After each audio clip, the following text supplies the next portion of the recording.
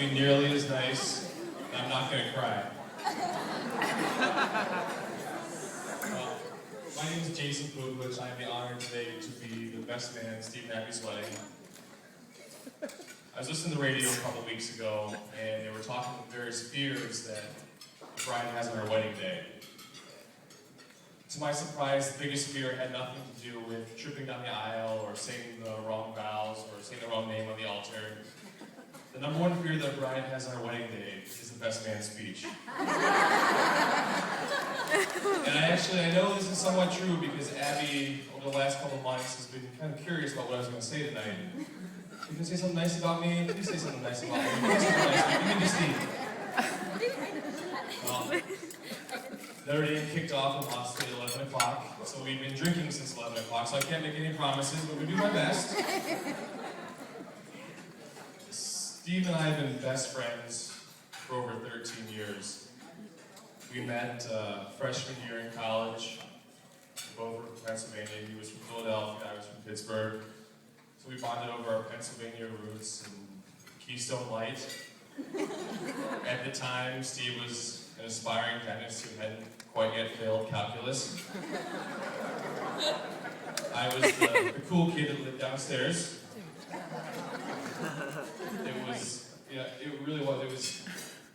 It was a fast friendship that moved quickly. Maybe a little too quickly, but it's all right, it felt right. Throughout college, Steve and I were inseparable. And we went together like Bert and Ernie, or in case Big Ten girls and Notre Dame guys. Yes, sir. Or Obama and socialism. Just kidding. Just kidding. I know the crowd. Just kidding. Just kidding. Sorry, Mr. Hines. So, a couple years ago, I had the privilege of listening to Steve give one of the greatest best man speeches of all time. He made fun of everything from the groom's eyebrows to his shaving habits. He made fun of his wife. Unfortunately, it was my wedding, and I was the groom. But luckily, Steve, I'm not a man that holds grudges. I didn't hold a grudge not freshman, but my 21st birthday when you made me do 30 shots. I didn't hold a grudge junior year in college when we threw a party. Our floor just happened to collapse, and Steve dealt with it the best way he knew how. He went to the bar and left me at home. And I didn't hold a grudge when you rang in the new millennium at my friend's apartment, redecorating it with a mixture of vodka, mini hot dogs, and taco dip. See, friends don't hold grudges. Friends get even.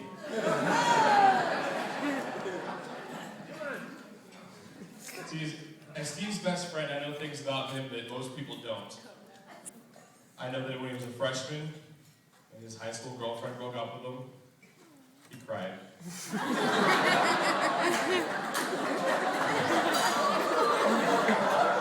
A lot.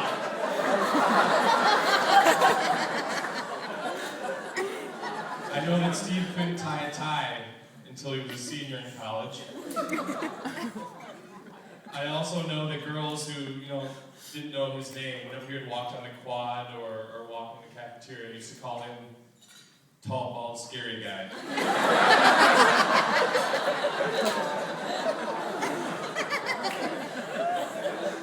So, I know a lot about Steve. I don't hold grudges. So, when I was thinking about this speech, I really wanted to try to come up with one word to describe my best friend. And although Abby might have disagreed up until today, committed came to mind. Steve is easily one of the most committed individuals that I know. It took commitment to follow those hippie band those hippie bands around the country, living in tents, living off the earth. It took commitment the week before your wedding to fly out to Philadelphia to watch the Phillies and the Eagles play. The week before your wedding,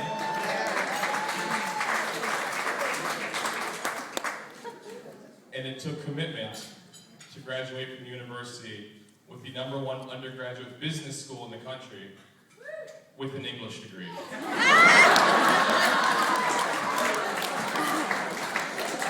So, there's two stories I'd really like to share with everybody here that really just kind of exemplifies Steve's level of commitment.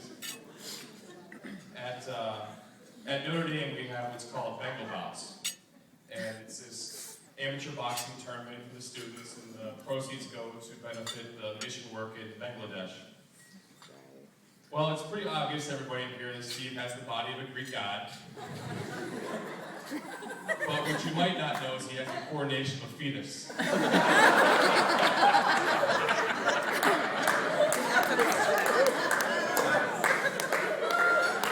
So, what exactly does a tall, goofy, uncoordinated, former offensive lineman do to kind of fill that competitive void that's in his life? Picks up boxing. He didn't float like a butterfly. Stung like a bee a little bit. Didn't float. But I really admire Steve for the commitment that he had towards becoming a boxer. He committed himself to learning the sport, committed himself to becoming a champion. We don't need to talk about how cranky he got whenever he was training or how he starved himself in the type of shape that made one of the Olsen twins jealous. What's really important here is that Steve committed himself to becoming a boxer. He inspired us along the way, and most importantly, he taught us, year in and year out, it was okay to fail. It's all right, Steve, somebody has to win.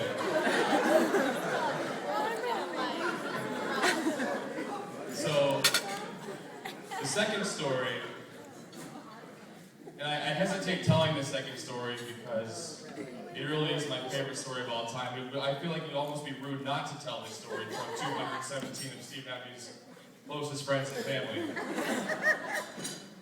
So, I'm going to do it.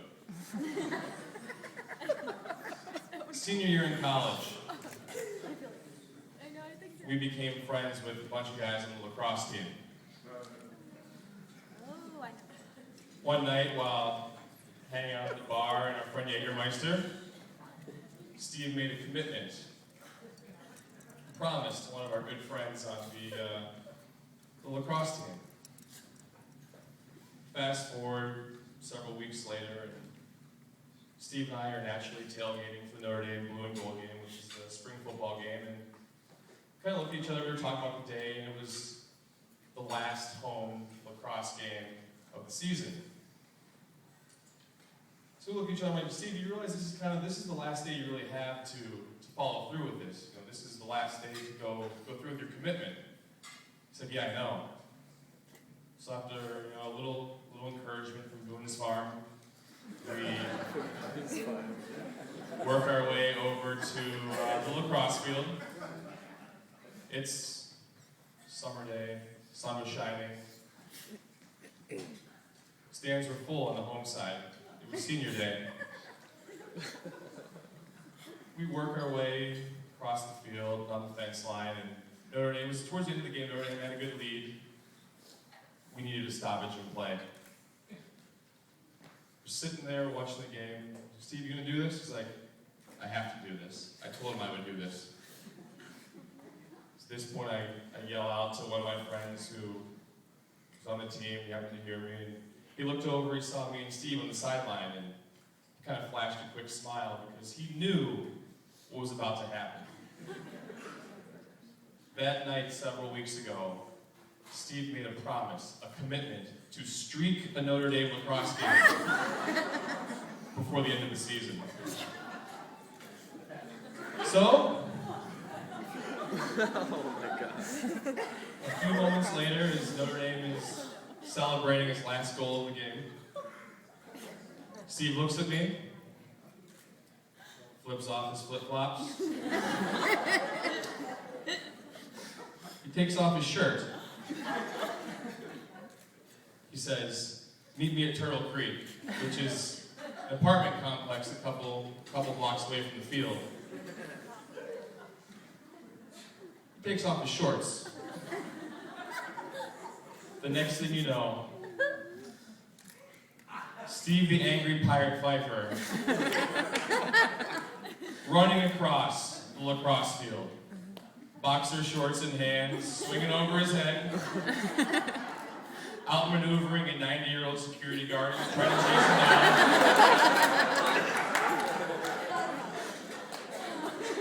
Hops the fence, runs to Turtle Creek, mission accomplished. That is commitment from Steve Pfeiffer.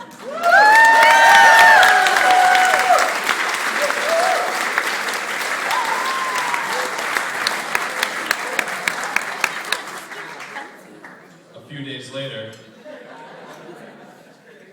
there was a website that just happened to be covering the Notre Dame-Harvard game, and I think it was all across America, but that's not important.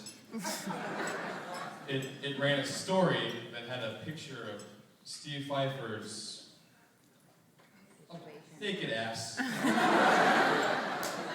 running across the field with the title, Notre Dame Streaks to Victory.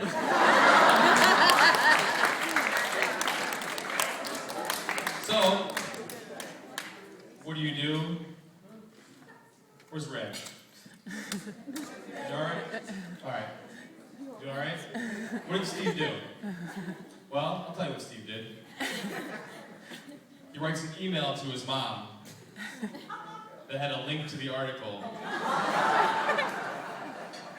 It was a simple email that said, and you thought Kate was going to be the only fighter that ever amounted to anything.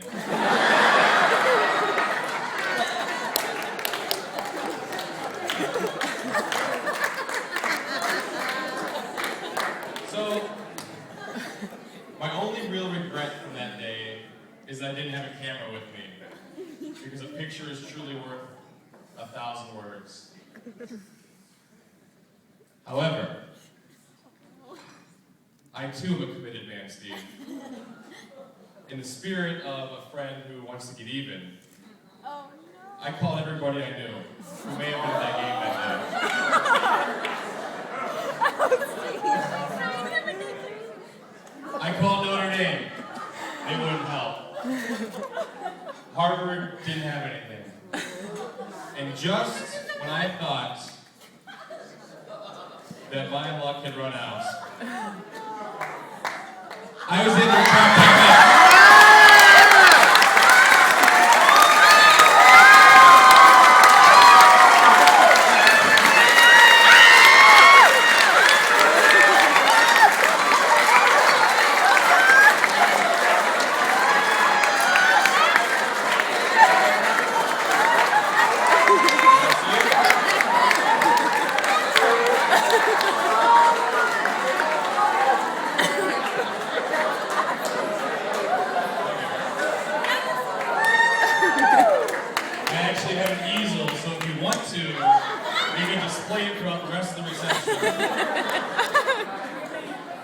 This is the away side, by the way. The other side was much more packed. Lots of parents. It was senior.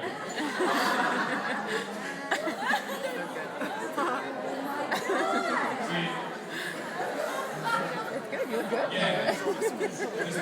Special shout out to Standard Printing for getting this thing blown up for me. Terry? There you go. Thank you.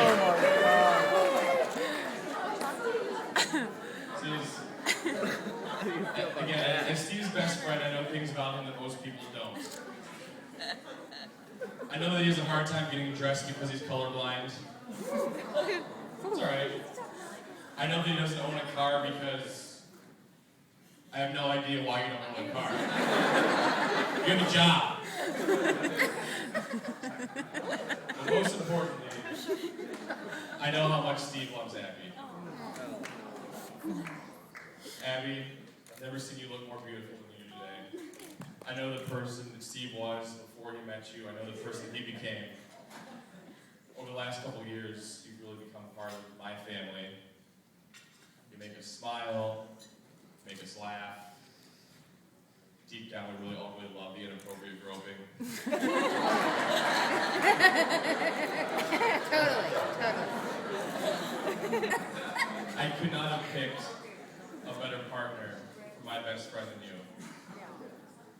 You make Steve a better person, and I know over the years you will continue to make him a kinder, gentler, more patient person. As of today, Steve is officially all yours. It's your job to make sure this close match.